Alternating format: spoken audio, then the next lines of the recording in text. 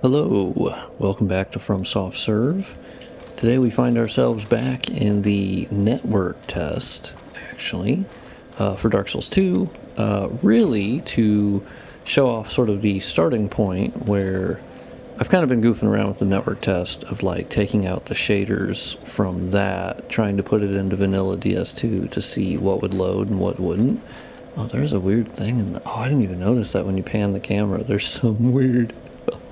Oh, I think that's something I did. I've been trying to move files between the network test and vanilla DS2 just to test what'll work, what'll break.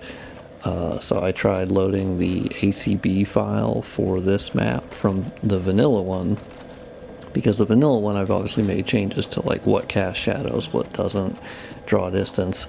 Looks like it created some sort of hovering orb of some sort. Interesting. But first, also, we're just getting sort of like a starting point because I'm going to go into vanilla and show how through reshade I've been trying to recreate the aesthetic of the network test. Because I tried copying over the shaders to make it look closer to like what the network test and how the network test handles shading. But that, some of it worked, some of it didn't. I can show a video on Twitter I shared where it looked really cool, but it also broke torch illumination and the player lantern, so it was not usable, but it was pretty cool still, the fact that it launched the game at all, to be honest, because you're using shaders that were in a PS3 network test. So the fact that it booted, I was honestly surprised. But first, this video is sponsored. No, it's not. I'm just kidding. It's not sponsored by anybody. But I did actually want to show something that I've been working on in the background. Is I started an Etsy store because I'm working with Pixel Haggle. Pretty sure I'm going to say that wrong, but this is their Twitter, and they make pixel art. I mean, I think they make art in general, but a lot of it is this pixel art style, and they have been making a lot of Soulsborne related pixel art. And so you'll see here is a tweet from me because I worked with them to basically offer it in a product form, because that seemingly I hadn't seen her art really put into like a product. So I reached out and we basically worked on it and added like a border and then took away the sparkles. And I have a couple different versions, and there's a black background, but you know, it's actually transparent, so I can have a white background and I can do variations. Currently I'm starting with just like a canvas print, a poster, and then a framed poster. So kind of options for people. And it'll be produced by Printful. I've used them before and it's been pretty good. The quality and shipping speed and all of that's been pretty good. But her artwork here is Ornstein, and it's gorgeous. And I saw this, I want to say weeks ago or months ago, where I first saw it on Twitter, and I went, oh my god, and I retweeted it. So if you follow me on Twitter, you may have seen that. And so yeah, I reached out and I was like, I would like to make products out of this Ornstein art piece because it's so amazing looking. Now in the future, I'd like to do versions of this for every single different Soulsborne related thing that they've done, like the Faram Knight here, and then you have the Vagabond Knight from Elden Ring, and they actually stream as well on Twitch TV or twitch.tv/pixelhaggle, and it's really cool. It's super cool. And you have Oscar here, or essentially Oscar, the Elite Knight set. And I mean, come on, Creighton the Wanderer. I mean, just some amazing work. And look at this, the Hyde Knight. Oh my god, so cool. So yeah, I definitely plan to commission more art for different products. And if you have any sort of recommendations for what products it would go on, like t-shirts, or if you have certain things that you're like, oh, I would buy it if it was on this, or I would buy it if it had a white background, or let me know. let me know in the comments. Yeah, I have the Etsy store, which will be a link in the description. I just started that because I know some people will want to buy it through Etsy. There's buyer protection and the whole operation that Etsy runs. They're very cool. I also have my Shopify that I've had, and it's a link in the description as well. So if you prefer to buy it through Shopify, you have that option. If you want to buy it through Etsy, you have that option. And any sales will benefit me and Pixel Haggle. So if you would like to support the mod development plus their artwork, that is a way to do it. Yeah, and let me know if that sounds cash money. I will also link their link tree, which has their Twitter, ArtStation, because if we go to their ArtStation real quick, it is super cool. Yeah, there's like some commissions that are in here. We got Booba, and then this amazing like Dark Souls, Lautrec and the From Knight, and oh my, DS3 Firekeeper, and then you have this other artwork, Melina. Just some amazing work. So definitely, you know, check them out. And if you want, definitely commission them for some work because they are so talented. You got Bloodborne, the gargoyles from DS1. Like, come on, it's so cool. So yeah, definitely check them out. Give them a follow if you can. Subscribe, anything. Watch them on Twitch. I would greatly appreciate it. Back to the network test. So basically, this aesthetic that the network test has, as we know that when the game actually came out, it didn't quite look like this. Now, one thing you'll notice in the network test, this bonfire does not have bonfire shadowing or shadow casting. That they had apparently just not enabled it at this point, which is fair. But in the retail game, we actually have bonfire shadow casting. Because I actually was able to load the vanilla ACB file. So I'm curious if anything is actually different. Okay, I also like that it says light the torch. That's always cool. Yeah, that, I don't think that worked. Because it's casting a shadow on the merchant. Oh no, it is actually working. Oh, yeah. So there's actual bonfire shadows. Or not bonfire shadows, there's shadow casting from the torch. Let's see how many things it actually works on. Because the shadow casting I turned on was mostly from map objects. That's the difference you can make in the ACB file. Yeah, I think it worked. Oh, that's cool. Oh, cool. Okay, well, the fact that I can make a small improvement to the network test is really cool. I'll have to post this on Twitter after I'm done recording the video. Ooh, performance has taken a little bit of a hit here from the shadow casting, I think. Oof. Also, in this version, this is like the ultimate sniper lady up here, or dude, or whatever. Insane accuracy. I can see why they nerfed it in the actual version, because it's like, dude, are you serious right now? Also, I don't remember this. Oh yeah, I've been up here like once, and I was like, wait, this is an area you can go to? Oh, okay. Oh my dear lord, are you fucking kidding? Okay, yeah, the Estus is slower in the network test. Okay, also y'all's moveset is nasty. Okay, I'm pretty sure I hit you on that one. I'm gonna be real with you, dog. Alright, pro gamer skill. We got it. We're on it. Okay, I don't remember. Yeah, I remember you can hop down here and there's an item. I don't remember doing this in the retail game ever. Yeah, I guess the shadow casting actually worked. Okay, well, nifty. That's just benefits literally no one, but I found it interesting. And yeah, but the reason why we're here is that I wanted to show the aesthetic in the network test first, so you can get a sense for me recreating it in with kind of using reshade shaders, because in vanilla DS2, obviously we can't use the lighting engine mod that's for Scholar. So let's pop over to my vanilla DS2 Remastered mod. All right, we are in vanilla DS2 in Majula, And I've talked about the reshade shaders that I recommend and that I personally use.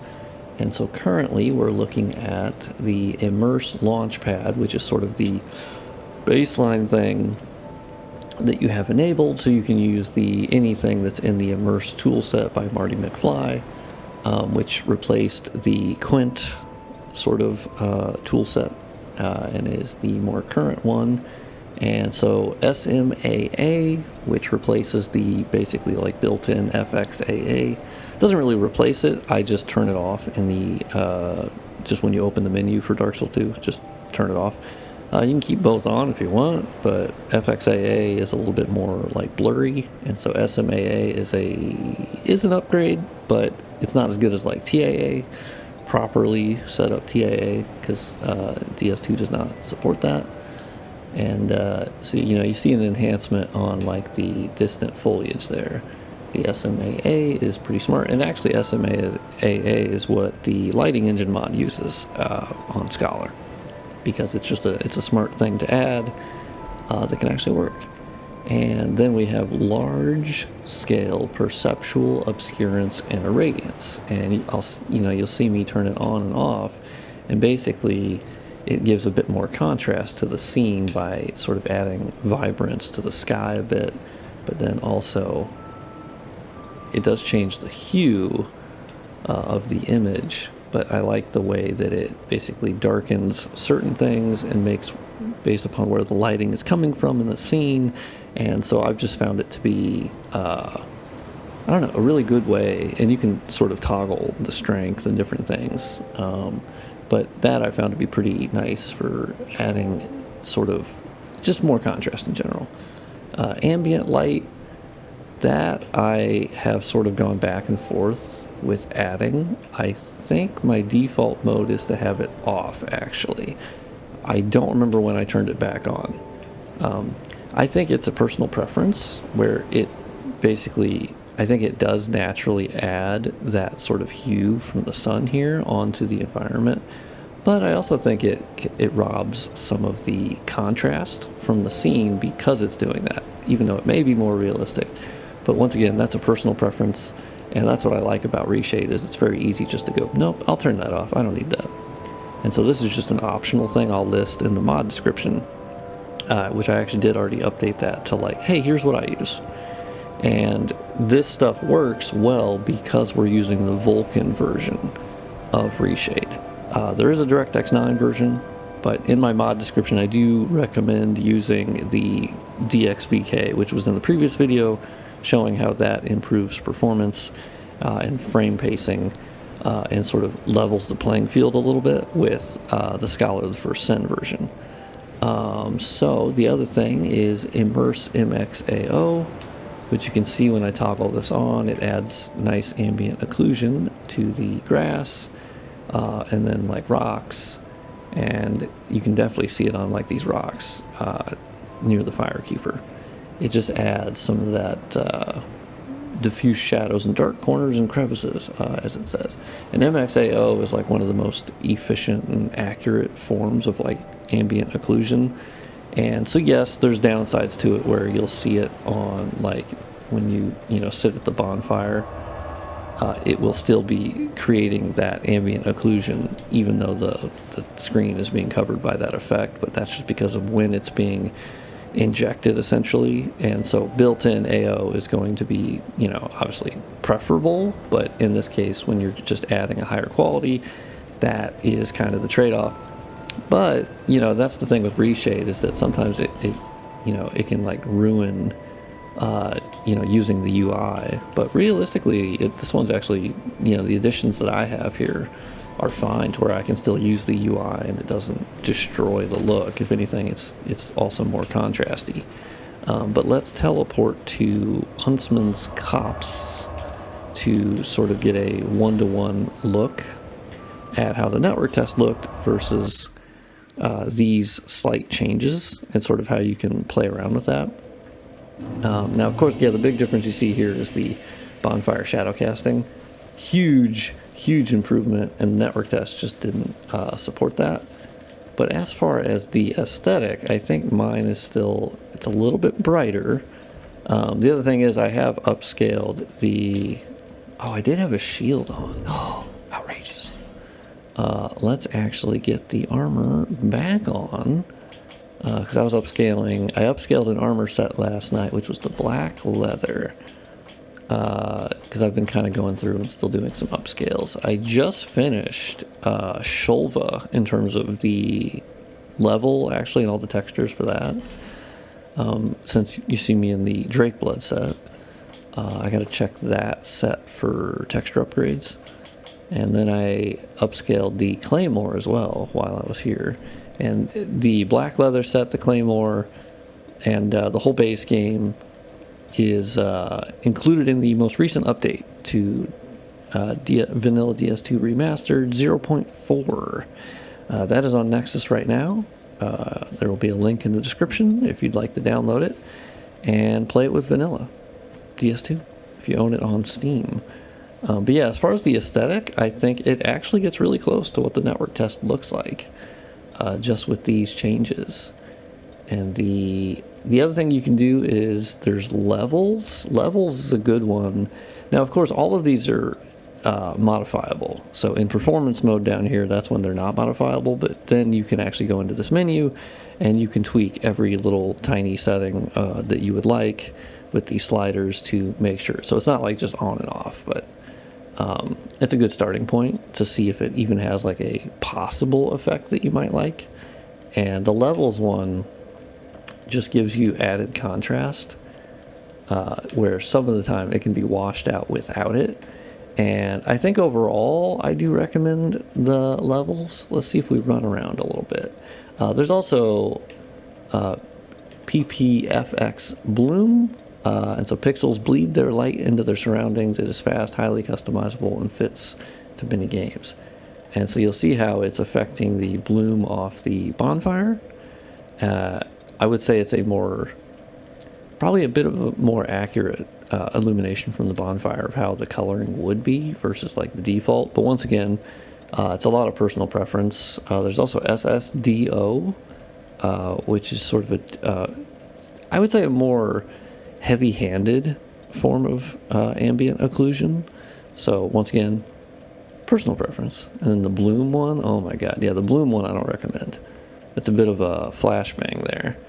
But yeah, you can mess with all of it. So we have the levels on, and you'll see, let's light our torch. We'll get our nice little shadow.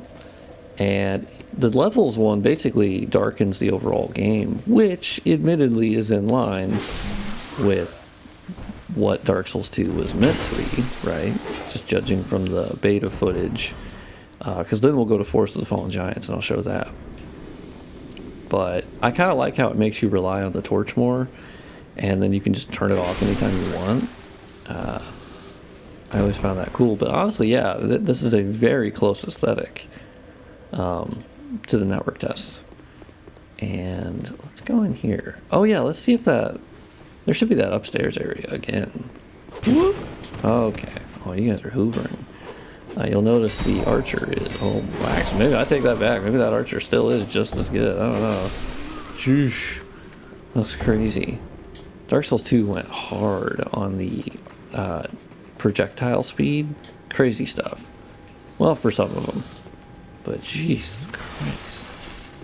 Alright. Okay, well your moves weren't nearly as crazy as they were in the network test. Y'all were good. Okay. I need to shut the fuck up, clearly. We got Darth Maul up in this bitch. Sheesh. Oh my god. Okay, let's see what item. Is it still the same item? Well, poison moss. Okay. Well, cool. Love to see it. Let's go down here a little bit. Oh yeah, I forgot about this tree. Sadly, this bonfire does not have shadow casting, but in the Scholar version of this mod, it will, because I can actually turn that on and off. Where in vanilla, I cannot, because I do not have access to the mod tools. Oh, a torch. Hell yeah. You can see how dark this makes Huntsman's Copse. Oh shit. Oh, it's freaky. It's freaky. Oh. You almost had me, dog. Okay, I got a plus 10 weapon, so I feel pretty good about this.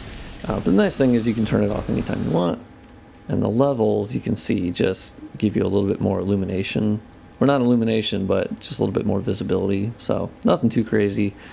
And then you'll see the MXAO is just kind of, it's very subtle. Once again, you can also tweak how much ambient occlusion, and that's where the SSDO is like a little more heavy-handed. Like you can see how much the SSDO now ends up doing.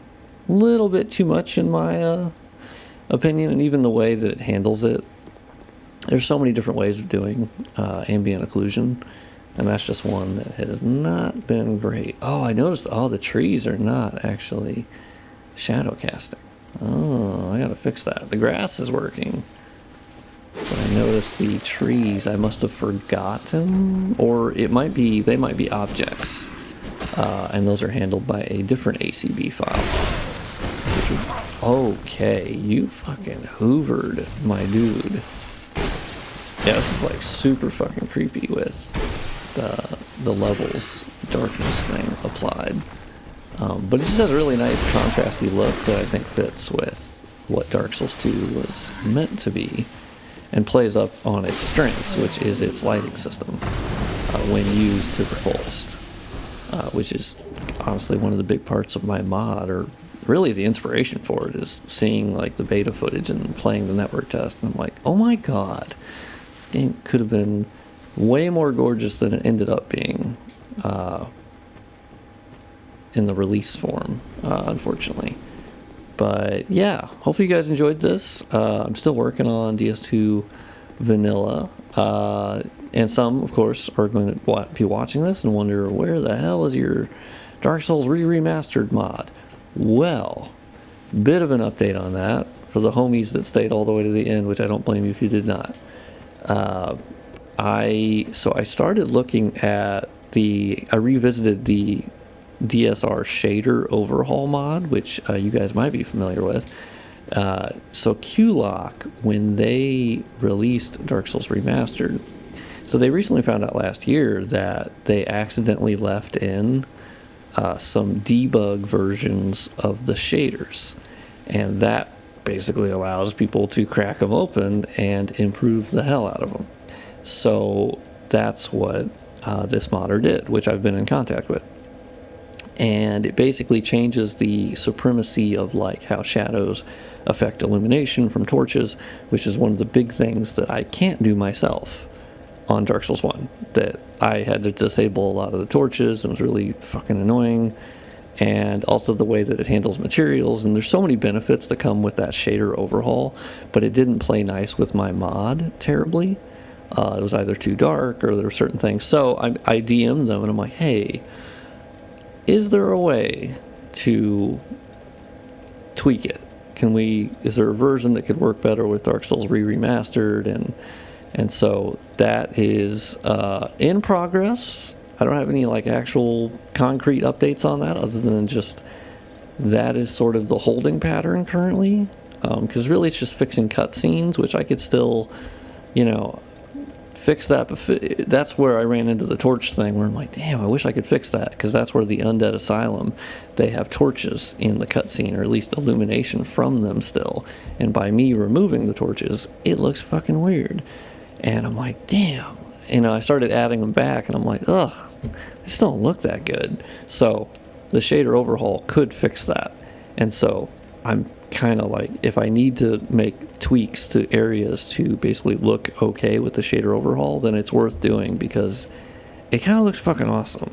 And there's some really nice upgrades in those shaders that the modder switched up. So I was like, there's enough potential there where I'm okay holding off for a little bit. Hopefully I'll have an update next week. That's kind of the goal. That the modder's kind of busy, so, which is understandable.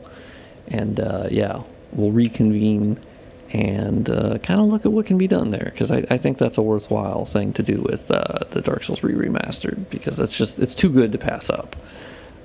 So, oh my, I think those crates are God damn it. Tanamura, I swear to God, we gotta have a talk. we got to have a talk about these floating crates. But anyway, thank you for watching. Hopefully you enjoyed this video. If you did, like, comment, subscribe, share it, fax it to your friends, snail mail, anything. No, I'm just kidding. I'll see you in the next video, and thank you for watching.